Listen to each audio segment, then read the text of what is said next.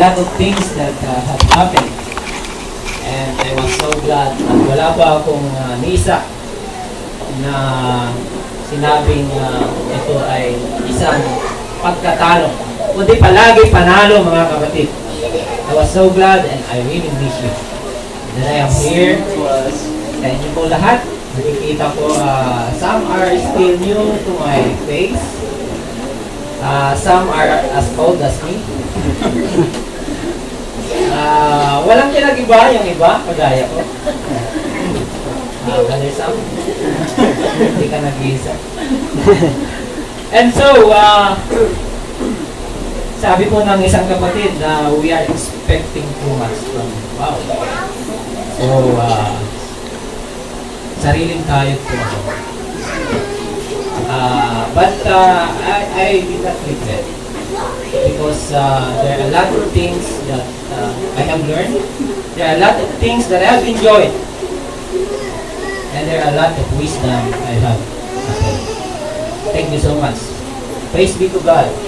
Kahit anuman po ang sitwasyon na meron kayo, saan man kayo dalhin ng Panginoon, He said, I will provide.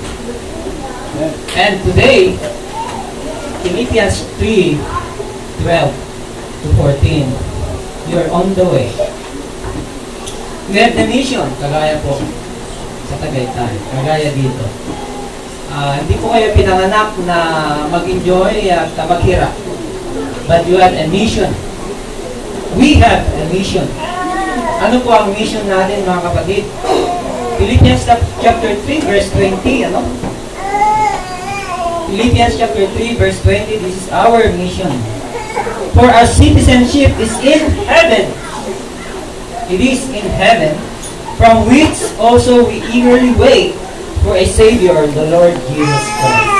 Nakatalaga po tayo sa langit. Yan ang ating focus, yan ang ating goal. It is our mission and vision to reach that land. Kahit man ngayon ay hawak na natin. Ipinangako ng Panginoon ang unang bayad, ibinigay na po sa atin. Ibig sabihin, kunti na lang, may award na sa atin. Napakarami sa atin ang walang sariling bahay. Hindi kayo nag-iisa. Nagre-renta. Nakikitira. Mahirap. Araw-araw, iniisip mo paano bayaran. Diba? Okay, but then anyway, yan ay pang material na bagay lang. This is just for a while. At binigyan tayo ng Panginoon ng panguna ng bayad sa permanenteng bahay. So, we are just waiting now for the coming of our Lord Jesus Christ. But while we are waiting, marami pa po tayong pinagdadaanan at pwedeng pagdadaanan pa. Tama? Yes. And you have started. Many of you have started already. Maybe marami pa rin sa atin ang kararating. Naging Kristiyano lamang kailan. Pero yung iba marahil ay matagal na sila. At you're on the way. You're on the way. So we need to keep working. Bakit? Kasi sabi po ni Apostol Pablo, okay, verse 12, Philippians chapter 3, not that I have already obtained it, or have already become perfect, but I press on in order that I may lay hold of that for which also I was laid hold by the Christ Jesus. Brethren, I do not regard myself, sabi ko sa verse 13, as having hold it already. But one thing I do, ito ang alam ko at dapat kong gawin at gagawin. Forgetting what lies behind and reaching forward to what lies ahead. Nandito na po tayo. Nandito na tayo. We're on the way. Or maybe some of you nasa gitna na. Okay? But while we are on the way, there are things that we need to remember and we need to have. First na nakita ko po rito, mga kapatid, you continue to build your endurance. Endurance. Para sa mga bago, you need to have your endurance. This is a race, mga kapatid. Sabi rin ni Apostol Pablo, this is a race. Ang Christian ay isang pakikibaka. It is a race. It is a race. Pero hindi po sprint, hindi pabilisan. Naku, pagbilisan nyo, baka mas manipis pa kayo sa akin. Hindi mo pabilisan. Pero patatagan, mga kapatid. It is a race na patatagan. Patatagan. And we need to endure everything. Okay? We need to endure everything. Faith and love, ayon sa 1 Corinthians chapter 13, ang pinakagasolina natin. Faith and love. Para ma-endure natin. Ma-endure natin ang lahat ng trials along the way. Second is discipline. Manny Pacquiao, isang kargador sa pier. Sino bang mga taga-Mindanao? Jensen. Ayan. Katrabaho po yung kanyang pinsan sa ospital. Pero nahihiyang humingi. Okay? Okay? Mula doon sa pagka-ordinaryong kargador. Wow, international icon natin. Puk, puk, puk, puk. Ang mundo ay titigil pag meron siyang laban, di ba? Nagmamadali ang worship sa iba. But I hope hindi kagaya natin. Okay? Pero kailangan na ng disiplina. Wow, dito siya nag-training sa last na kanyang laban. No? Ilang sit-ups, ilang push-ups. Ang kanyang kinakain ay talagang schedule. Tamang diet. Without discipline. Okay? Hindi niya mabit ang kanyang kalaban. Some of you are watching Ultimate Fight competition, UFC. One time, napanood ko ang isang nanalo. First 25 seconds, puk, puk, puk, puk, tulog. And then, he came in front of the camera and said, "Wow man, it's hard work. It's hard work and training." Yun po ang kanyang nasabi. It's hard work, it's all hard work and training. So without hard work and training and discipline, we cannot endure. We cannot endure.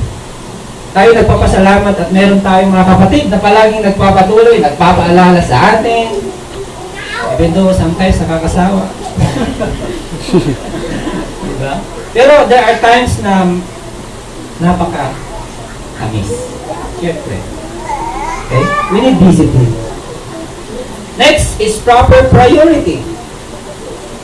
Ito ang dapat din nating pangaalalahanin. While we are on the way, at yung mga papasok pa lang, you need to have the proper priority. Ano bang priority natin? Diba? It's heaven. Itinalaga sa atin ang langit para sa atin ngayon. Ibinigay na sa atin ang paunang bayad, mga kapatid. Hawak mo na. It's good that I saw some seats there. That means we are really providing for Christ. He is here, maybe sitting at your side now. Right? And nakikita niya ang proper na priorities ng church na ito. Nakikita niyo sa pag-build up niyo ng inyong mga leaders. We need leaders who are strong and with integrity. Dahil sila po ang ating tinitingnan. Priorities bilang isang personal na tao. Well, napakaraming priorities. Araw-araw, kailangan nating kumain. Araw-araw, kailangan nating magbigay ng allowance sa mga may anak. Araw-araw, kailangan magbigay ng pamasahe. Marami tayong priorities. But hopefully, nakuha nyo ang tamang priority. Ang langit, mga kapatid. So, having said that, mga bagay na yan, our spiritual race, sabi ko dito sa verse 13, "Brethren, I do not regard myself as having laid hold yet, but one thing I do, forgetting what lies behind, and reaching forward to what lies ahead." Well, ang isang athlete na nag-train, mga kapatid, minsan, ay may nilalagay silang pabigat sa katawan. I remember when I was still in high school, Dreamland, I don't know kung may nakaalam sa inyo sa Dreamland, doon sa bundok doon, malapit sa amin. There was a subdivision na medyo vacant pa. So maganda mag-jogging doon every morning.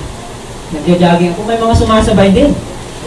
And there was this guy na ako'y kanyang challenge. Race tayo. Sabi niya, race tayo. Well, nung una, tinalo ko siya. Tuwang-tuwa ako, may nag-joke. Wow, ang laki-laki ng tao nito. Ako'y ahead sa kanya ng 2 metro. Paakyat, pababa. Sa kalsada po ng subdivision. It's most likely about the size of athletic ball. Pero nung bumalik kami sa teka, inalis niya yung mga weights sa laya. Nakapan siya eh. Inalis niya yung mga weights. Tapos dito, sa bewang. Sige, try natin ulit, sabi niya. Naku, nagulat ako mga kapatid. Kalahati ang layo niya sa akin. Kaya nagkamutulong. Paano nangyari yun? Paano nangyari yun? Sa ating mga Kristiyano, ano po? Maraming weight sa ating buhay. Maraming pabigat. Well, challenges. Well, marahil ang hinahawakan mo ngayon ay nag-aalaga ng may sakit na pamilya. Well, marahil ang hinahawakan mong weights ngayon ay yung negosyo. Marahil ang hinahawakan mong weights ngayon ay kailangan mag-produce ng 50 souls a year. Marahil ang weights na hinahawakan mo ngayon ay nagka-cut off na anak sa class. I don't know. All of us have our own weights. All of us have our own weights. Pero sabi niya po dito sa verse 13, alisin natin ang mga weights para mabilis tayo makaalis. Okay, yung launching natin mabilis. Iwanan natin ang mga weights. Iwanan natin ang mga nakakapagpigil sa atin para pagsilbihan ng ating Panginoon ng maayos at porsigido. That's what we mean, mga kapatid. Bilang athlete at tayo ay nasa race, we should leave those weights. We should leave those weights behind. Aside from that, mga kapatid, since we are in spiritual race, I have 4 letter D. Words. I have 4 words starting from letter D na nakita po dito sa ating text. First is dedication. Dedication. We are in a spiritual race at kung wala tayong dedication, wow, ano ba yun? Pagtatalaga sa ating sarili. I-dedicate natin ang ating sarili. If you think na tayo ay nakikisali lamang, mahirap po yun. Ang sabi ni Noy, ano? Ang nakikilahok at nakikisama. Ayan, ano yun sabi niya? Ang nakikilahok at nakikisama ay aking iniibig. Ngunit ang nakikilahok at nakikialam ngunit ang nakikilahok at nakikialam lang, huwag naman na sayang. Gusto natin ang makikilahok at nakikisama. We need a dedicated one. Ang Panginoon ay naghahanap po ng may dedikasyon. Ibig sabihin, itinalaga mo na talaga na ikaw ay para sa Diyos at para sa Kanya lamang. Wala nang iba. Diba mga kapatid? Wala nang iba. Kasi kung halfly converted po tayo, sala sa init, sala sa lamig. Ngayon malakas, mamaya hindi. Ngayon mabuti, mamaya mahina. Dedication is what we need. I hope you have decided already to dedicate yourself to God, to dedicate yourself in heaven. At wala nang iba. Number 2, letter D. Determination or determination. Sabi ng Panginoon minsan, sinong hari ang pupunta sa labanan na meron siyang 10,000 soldiers na hindi mo na siya uupo at pag-isipan para harapin niya ang kalaban na merong 30,000 na soldier. Pag-isip-isipan natin. It is suggesting that we need to sit down sometimes and think about it.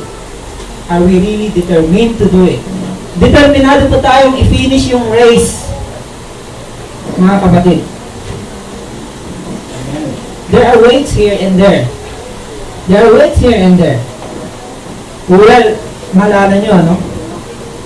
Maybe sa inyo may mga PE sa school, may mga trainings din na pinagdaanan. Physical training, mga ROTC, yung mga may mga dance group, whatever. Okay. There are times na sa 2 or 3 hours na practice, ano? Nag-crash, masakit na ang katawan. Sa race naman, sa track and field, maybe mga muscle mo nag-lock na. Posibleng mag-lock along the way. Parang ganun mga kapatid. Along the race, dito po habang tayo ay nasa gitna, ito pinakamahirap eh. Kasi dito na natin mararamdaman yung cramming, yung sakit, yung pain. The weight is coming heavier and heavier. At dito na yung pinaka-challenge.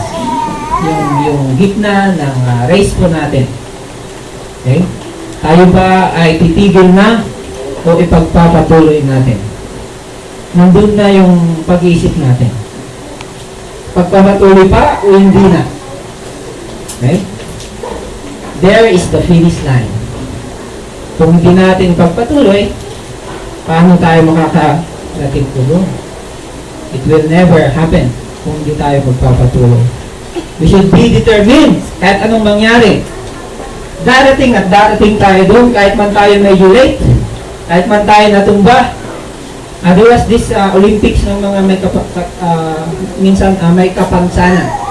Diba? May mga Olympics ng mga kapansanan. One time, nagkaroon sila ng racing, track and field. Ayan, may tawag doon eh. Tetrathlon, I don't know. Ayan. So, apat ang nag-race. May pipilay-pilay, may gaganya-ganyan. Along the way, sa gitna, natumba yung isa. Okay? Biglang natigil yung tatlo. Bumalik sila. Okay? Inangat nila yung isa and then, ready? 1, 2, 3. Takbo ulit sila lahat. Diba? Takbo ulit sila lahat. Dear brethren, minsan sa ating pakikibaka, sa race natin bilang Kristiyano, hindi naman masama siguro na pag nakikita natin ang kasama na nahihirapan, tulungan natin ngayon. Along the way, maraming ganyan. Kung tayo, if we think we are stronger than them, sana huwag natin ipagkait mga kapatid. Encourage natin sila. Patuloy na encourage natin sila. Kasama sa ating pagiging Kristiyano, i-budgetan talaga sila. I-budgetan ang mga ganong pagkakataon. Okay? I was really glad na marami tayong mga kapatid na nagtuturo sa atin. Tinatawag natin mentor. Lahat sa pagiging Kristiyano, sa pananalapi, pakikisalamuha, everything. And isa sa mga nakikita kong special sa atin ay tinuturuan tayo paano mag-handle ng pananalapi. Ayan mga kapatid. At kasama ang mga yon na dapat natin ibinabagutan sa ating buhay. Determination. We should be determined. Anong mangyari? Meron mang mga paghihirap. You have to finish the race. Pangatlo mga kapatid, letter D. Sorry, wala po akong PowerPoint. Ay discipleship.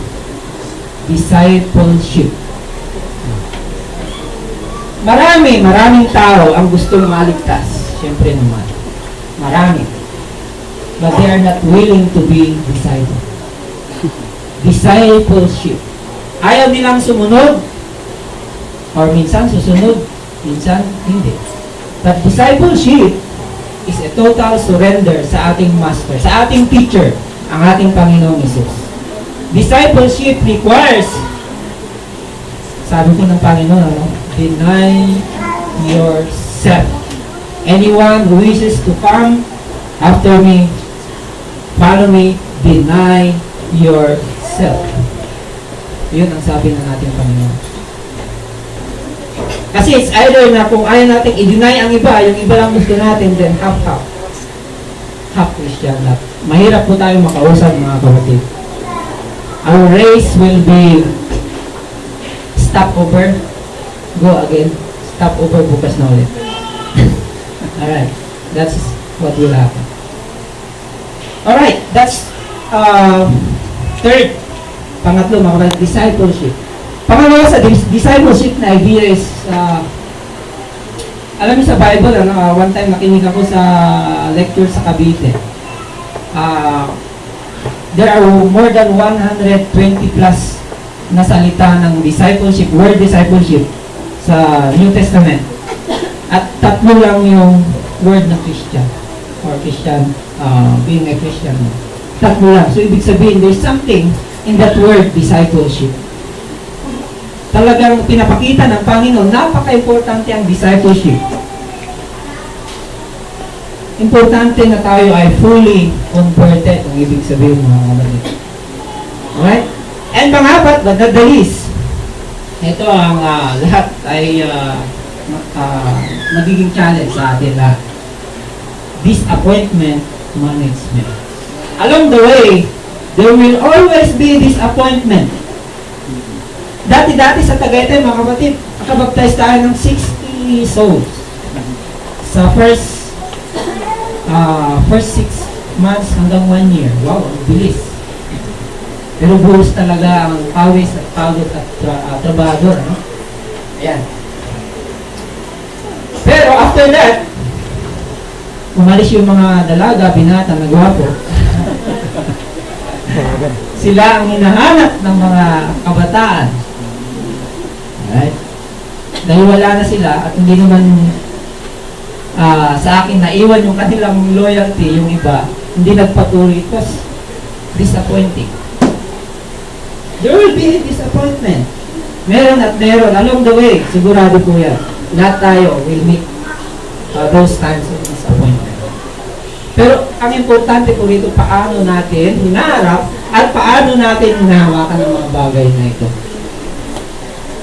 Okay? Lahat po ay posibleng madapa. Pero sabi nga, ang importante, paano ka tumatayo? Paano ka tumatayo? Pero sabi minsan ng iba, bakit para akong hindi na-bless ng Panginoon? Mahirap ako noon, mahirap pa rin ngayon. Diba? Minsan may isip natin, ba't sila pa, tinawa yung kapitbahay ko? Relax na relax. Okay? Siyempre, may loto, ano siya eh. May pwesto siya ng loto eh. Pinipilaan ng tao. Di relax na relax siya. Siyempre naman, sumali siya kay paring Willie nung nakaraan. Manalo siya. Siyempre naman. Marami pang iba. But anyway, minsan na naisip, parang hindi ako pinagpala. Bakit palaging dry ang aking buhay, palaging isang kahit isang tuka. Ba't ang hirap ko makahanap ng trabaho? Ba't wala na ngayon lumiligaw sa akin? Kaya nagbibigay ng chocolate and jokes. Hindi na binibigay. Aking husband parang hindi na ako naalala. Nakakalimot na yata ako. Minsan may isip natin. Usually ang isip na nila, pag they feel na hindi na sila na-bloodless. Ano kayong nagawa ko sa Panginoon? Parang the world stopped running. Minsan, ano? Pero kung balikan natin ang Hebrews chapter 12, mga kapatid, sadyang hinahayaan ng Panginoon na tayo'y makadanas ng mga paghihirap. Bakit? Dahil mahal niya tayo. Hindi pwede ng Panginoon, hindi niya tayo didisiplinahin kung hindi niya tayo mahal. Kaya kung dating ang panahon na maisip mo yun, kapatid, wag. Kasi mahal ka ng Panginoon. Gusto niya na makita ang kayamanan sa iyo. Ano yung kayamanan sa iyo? Yung pananampalataya mo, yung faithfulness mo na magpatuloy sa race na ito. Amen. Na magpatuloy sa goal mo, kapatid. So it's how we manage our disappointment. Napakabuti ng Panginoon, binibigyan tayo ng mga example kung paano rin natin hawakan ang ating mga disappointment. Diba? Anyway, ang mundong ito naman ay magugunaw din. Well, sometimes, masyado tayong nag-aalala sa mga bagay na wala tayo. Diba? Matula ako mo, ba't sila meron? Pero mga kapatid, ba't nakakalimutan natin magpasalamat sa mga bagay na meron tayo? Napakarami naman tayong blessings, diba? Those are some of the ways na nagpapabagal po sa atin. So, minsan nadidisappoint po tayo. We should handle them. Ang mundong ito ay pansamantala po lang. Sabi niya, verse 14 in Philippians, chapter 3. I press on toward the goal for the prize of the upward call of God in Christ Jesus. Alright. Hindi pa natin hawak yun, mga kapatid. Wala pa tayo doon Pakunang bayad pa lang Kaya kailangan po talaga yung pagpatuloy natin kung gusto natin makamit po yun. Sabi niya, I press. This is an action word. I press, diinan mo. Bigyan mo. Nagtrack-ramming ka na pero still you have to stand up. Nagtrack-ramming na pero you need to go on again. Ganun lang naman po yun. Minsan maalala natin ang Panginoong Hesus nandun lumulutang o naglalakad sa ibabaw ng tubig. Nakita nila, multo! Multo! Meron ba namang ganon? Diba? Pero nakilala na ang ating Panginoong Hesus. Wow! How did you do that? Pwede rin ba ako? Sabi ni Peter. Okay. Kung may pananampalataya ka, halika. 1, 2, 3. Okay ayos! Napalagad din ako! Sa start ng ating race. Pero the go! Talagang energized na energized. Diba? Kasi talagang parang isang kabataan, Kagaya natin noon. Parang kayang-kaya nating baliin ang mga sungay ng mga ayaw sumunod sa Panginoon. Parang gano'n. Ang lakas-lakas natin. Pero along the way, bigla tayong nagkakaroon ng distraction. Biglang nagkakaroon ng distraction. Mga weights, mga kalabot. Lumulubog tayo. And we are disappointed. Nalulungkot tayo, syempre. Natural lang po. Pero ang Panginoon, sa punto na hindi natin kaya, nakita natin kung paano niya inabot ang kanyang kamay kay Peter. Halika, Peter. Okay? Halika, Peter. Kahit man may pagkukulang sa ating pananampalataya, kung patuloy tayong tumatayo at naglalakad sa punto na hindi na natin kaya, asahan natin ang Panginoon, iabot na niya ang kanyang kamay.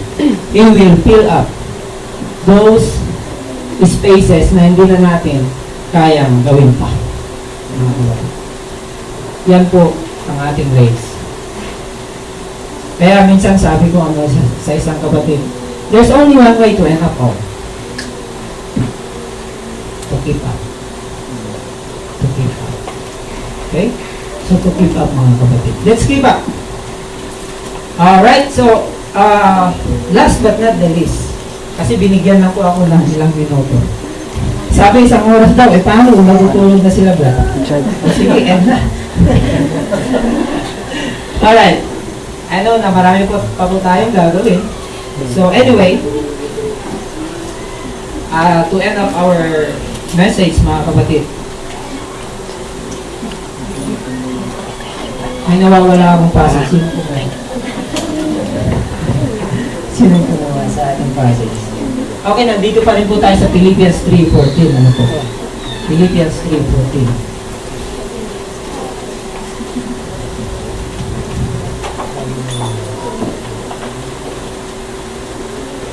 So there are 4 letter D's. I-summarize ko lang po. Dedication, determination, discipleship, disappointment management. Yan po ang ating dalhin sa ating race. And while we are bringing those things, sa mga bago pa especially, alalahanin natin na we need total commitment. We need to practice, endure. We need our discipline and proper priorities. Sa lahat mga kapatid, ano? Sabi niya sa verse 16, let me jump to that verse. However, let us keep living by that same standard. Sabi po ni Apostol Pablo, to which we have attained. Napakabuti, sa unang Korinto na meron tayong pagkakaisa, na nagkakaintindihan tayo sa puntong ito. Okay? Sa sinasabi ng versikulong mga ito, mga kapatid. Dahil kung hindi tayo nagkakaisa, surely, division will come. Division will come. We recall Barnabas and Paul with John Mark. Well, that's not a doctrinal matters. Hindi naman po doctrinal yun.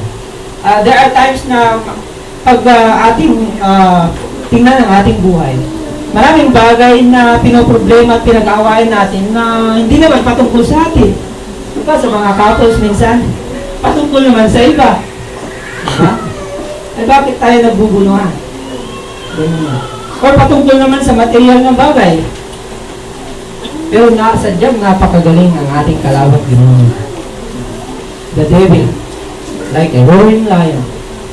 Okay, na sinasamantala po niya ang ating kainan minsan para tayo pag-iwa-hiwalayin at hindi na sa iisang, not in one mind, sabi ko sa verse 16, na hindi na sa isang standard. Well, let me add doon for the conclusion, ano po? Minsan sa mga couples, pagbata pa, mahirap nilang kalimutan ang mga bagay-bagay sa nakaraan. Pero pag tumatanda na, napakadali ng kalimutan. Bakit hindi natin makompromise minsan ang pagkakamali ng ating anak? Bakit tayo ba noon, hindi rin nagkamali? Ang ating kapatid, hindi natin makompromise, bakit tayo, hindi rin ba tayo nagkamali? Along the way of our race, para mas magaanan po tayo, sana minsan naman, madali natin ma-forgive ang iba. Madali natin ma-forgive ang iba. Anyway, sabi nga, sa attendance ko sa Cavite Churches of Christ Preachers Meeting, minsan, nagkaroon din kami ng fee or yung fine sa nalilate sa meeting. 100 pesos. Like 5 minutes, 100 pesos, malianda natin. So, minsan marami tayong nasun kasi ganito, traffic, may ginawa mo kayo and so forth. Brad, you do not need to explain, sabi mo. You do not need to explain. Just say sorry and everything is okay. Yun lang. Yun lang. Let us live with the same standard. Dahil ito po ang prayer at iniyakan ng ating Panginoon sa John chapter 17. That we should be one with God. Maraming salamat po sa iyong pakikinig sa umagang ito. In behalf of Tagaytay Church of Christ, kami po ay patuloy na nakikibaka rin, kagaya po ninyo. Kahit man times 3 na ang pagtaas ng cost ng living po doon ngayon, mataas ang lahat. Pero kagaya rin po ninyo, maraming challenges, nagpapatuloy po kami. Patuloy din sana po kayo.